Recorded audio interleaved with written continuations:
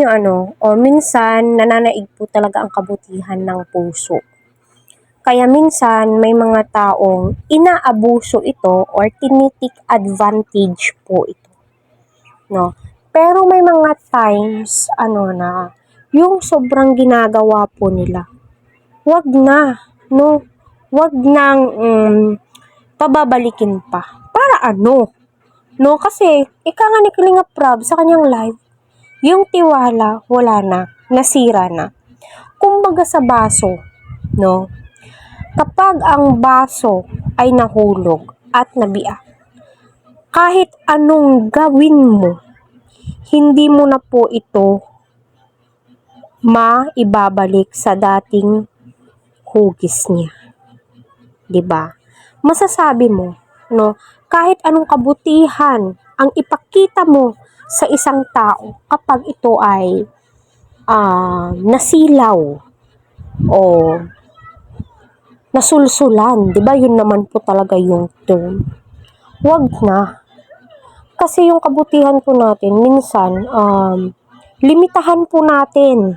Hindi po tayo yes ng yes. Yun po yung napapansin ko kay Kuya Val. Napakabait niyang tao, 'di ba? Kung susumahin po natin year 2021, no, kay Nanay Maylin, Lola Ligaya, Lola Damiana, o sino pa pong mga reactor ang pumasok sa Kalingap. Grabe yung pagmumura at pangbabash po niya. Pero open arms pa rin po si Kuya Val Santos Matubang. Kaya tama si Kalinga Prab, wag nang tanggapin. Kahit makipag-usap po ito, yes, pwede naman po for closure.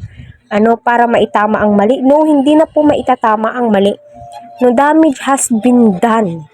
No, ayan na. 'Di ba? Ang hirap na pong magtiwala ngayon sa panahon.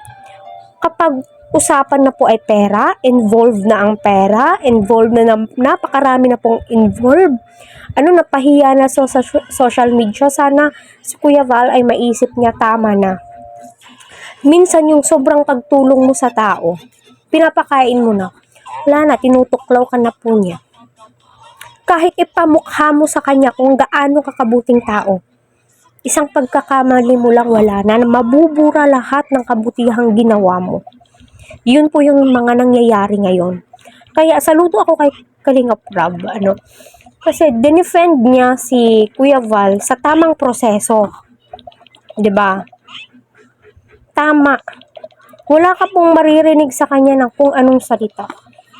Ilalagay or idadaan po natin sa magandang usapan or mabuting o magandang mabuting process. Ano ba yung magandang term po doon, mga kalingap?